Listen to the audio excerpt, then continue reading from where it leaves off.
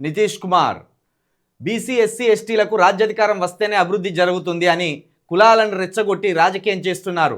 ఒడిశాలో ST CM, ఛత్తీస్గఢ్లో ST CM, మధ్యప్రదేశ్లో బీసీ సీఎం, యూపీలో బీసీ సీఎం.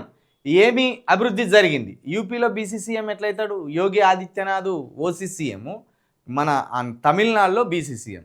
అయితే ఇక్కడ BC CM, SC CM, ST సీఎంలు అయితే అభివృద్ధి చెందుతారు అనేది అబద్ధం.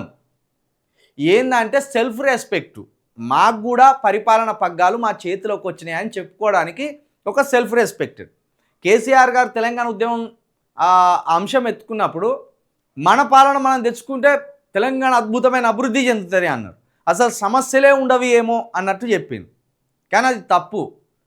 ఎవరు పరిపాలించినా సమస్యలు ఉంటాయి.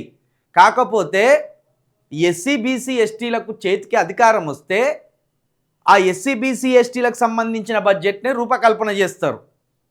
పేదోళ్లకు ఎక్కువ బెనిఫిట్ జరుగుతుంది అని ఒక చెప్పడంలో భాగంగా BC CM, SC CM, ST CM అని చెప్తారు. మరి స్టాలిన్ గారు బీసీ సీఎం, మరి మొత్తం అక్కడ సమస్యలన్నీ పరిష్కరించబడ్డాయా? పరిష్కరించబడలేదు. కాబట్టి సమస్యలు అన్నిటి ఉంటాయి. ఓసీ సీఎం ఉన్నా ఉంటాయి, బీసీ సీఎం ఉన్నా ఉంటాయి, ఎస్టీ సీఎం ఉన్నా, ఎస్సీ సీఎం ఉన్నా ఉంటాయి. కాకపోతే బడ్జెట్ని ఏ వర్గాలకు ఎక్కువ పంచి పెట్టవచ్చు అనేది కొంత మన ఆలోచన ఉంటుంది కదా. ఇప్పుడు ఇక్కడ రెడ్డి సీఎం ఉన్నాడు, రెడ్డిలను మంత్రివర్గంలో ఎక్కువ మందిని పెట్టే ప్రయత్నం చేస్తాడు.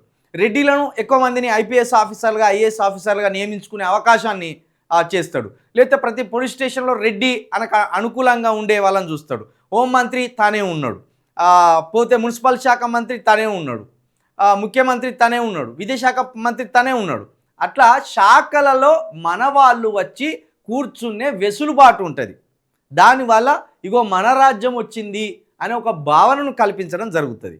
అంతేగాని సమస్యలు అన్నీ రాత్రికి రాత్రి ఎగిరిపోయి మొత్తం తెల్లార వరకు ఎటు చూసినా ఎవలీలు చూసినా కోట్ల డబ్బు కుమ్మరిస్తారు అనేది అబద్ధం. మన పరిపాలన అనే ఒక భావనను కలిగించడమే బహుజన రాజ్యం యొక్క లక్ష్యం. మన రాజ్యంలో మన వాట మన చేతులకు వస్తుంది అని ఒక ఆలోచన, ఒక ఆశ.